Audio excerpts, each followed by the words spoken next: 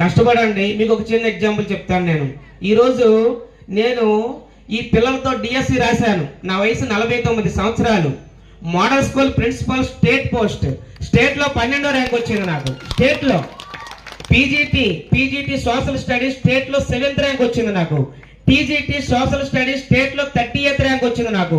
Social studies జిల్లాలో 12వ rank వచ్చింది నాకు. 4 పోస్టులు వచ్చాయి. నేను డియూ గారి దగ్గరికి వెళ్తే, మేషారు మీరు ఏ పోస్ట్కి వెళ్తారని అడిగితే నేను ఒకటే చెప్పాను, నాకు ఆల్రెడీ పోస్టులు ఉన్నాయి.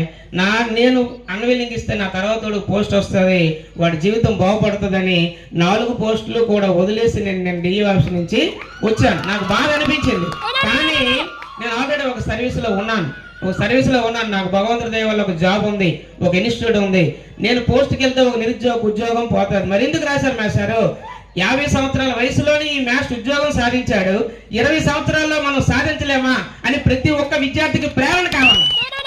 20 సంవత్సరాల వయసులో నువ్వు ఎందుకు సాధించలేవు? 50 సంవత్సరాల వయసులో ఉద్యోగం చేసుకొని, ఇన్స్టిట్యూట్ నడుపుకొని, హాస్టల్ నడుపుకొని, పిల్లలు చదివించుకొని, రాత్రి పగలు ఎగ్జామ్స్ పెట్టుకొని నేనే 4 ఉద్యోగాలు సాధించానంటే 20 సంవత్సరాల వయసులో ఉన్న నువ్వు ఎందుకు ఉద్యోగం సాధించలేవు అని సమాజాన్ని తెలియజేయడానికి మాత్రమే రాశాను. ఈరోజు నాకు సన్మానం చేసినటువంటి మన గ్రామ యూత్కి, పెద్దలకి, అలాగే గ్రామంలో ఉన్నటువంటి ప్రతి ఒక్కరికి కూడా శిరస్సు వంచి నమస్కారం చేస్తున్నాను.